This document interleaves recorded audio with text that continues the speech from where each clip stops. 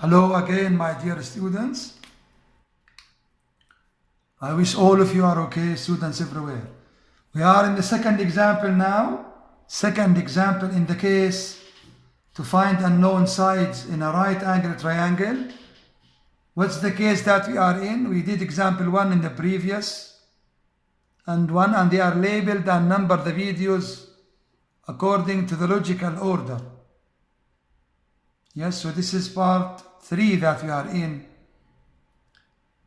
So the question example to find the unknown sides or angles for the following triangle. You are given this triangle, right angle here. The triangle is right at this angle. This is 5. This is B. This is C, and this is the angle Y. So the question wants find B and C, the sides, the lengths of the sides B and C, and the measure of the angle Y. The measure of the angle Y is in few seconds. Why? Because this is 90 degrees. So this and this add up to 90 degrees. So Y is equal to 90 minus the given angle, getting Y is equal to 67.4 degrees.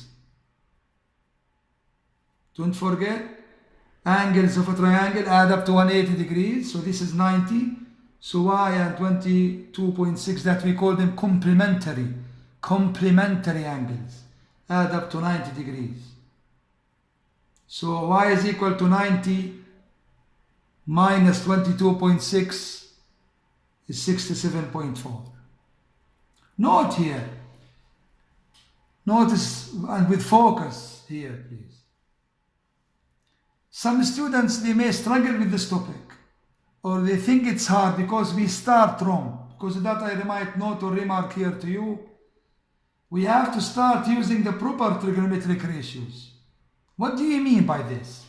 If a student starting finding B or C by using the cosine, it's not wrong. Cosine 22.6, where B is the adjacent, it's true. C is the hypotenuse. Cosine this angle is equal to the adjacent over H. Yes, true. But the adjacent, my dear students, is unknown, and the hypotenuse is unknown. So you will be having one formula, one equation with two unknowns that we cannot solve. So the student will be confusing himself or herself. The student, if he is not solid in this topic, he may stop here, or he may do wrong step after this. So make sure that when we choose the trigonometric ratio that you are using, using the labeled side, the given side. So we may start in simple language with sine the angle, which is opposite over hypotenuse. Sine the angle equals O over H. O is given, 5 is given in the question. 5 is labeled, is given in the triangle, so use it. So when you use the sine, when you start with the sine 22.6 is equal 5 over C. By cross multiply, C times sine 22.6 is equal to 5. By dividing 5 by sine 22.6, you will get for 3. When you round this number, C is 13. C is equal to 13. Or a student start with tan. It's good as well, because tan 22.6 equals O over A. O over A, opposite over adjacent. Again, 5, the O to the angle, the opposite is given. So when you do tan 22.6 is equal to 5 dividing by B, so we have one unknown. We can, by our experience in simple algebra, one unknown in simple formula, we can find it. The same for cross multiply, by cross multiplying. B times tan 22.6 equals to 5. By dividing by tan 22.6, you will get B is equal to 12.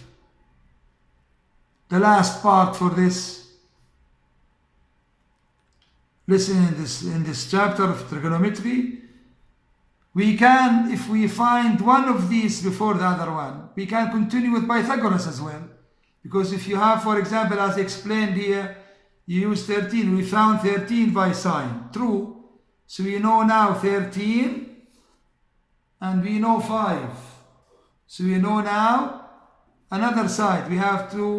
We are given now two sides. We stated two sides. One is given in the question. One we just found it. Yes? So we can, if C is 13, C is the hypotenuse in this shape, in this triangle. So B squared plus 5 squared is equal to 13 squared. So we can find B continuing by using trigonometry. And we may continue with Pythagoras. Why I'm focusing on this? I'm not complicating it, my dear students.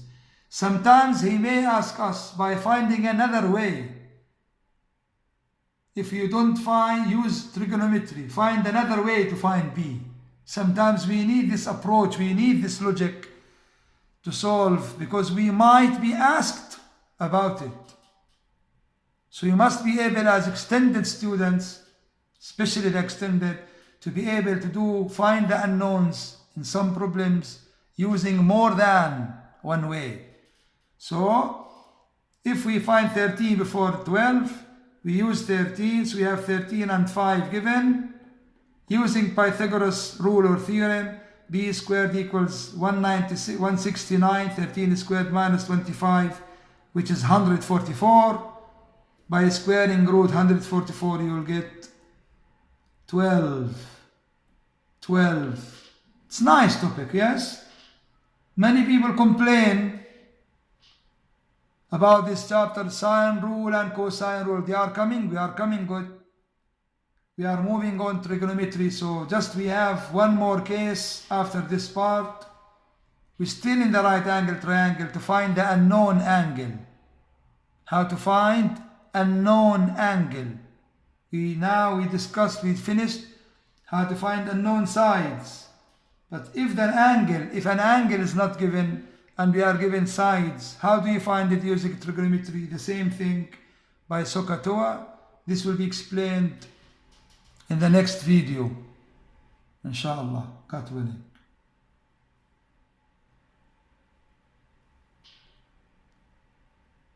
So read and focus this well and be prepared for the next part.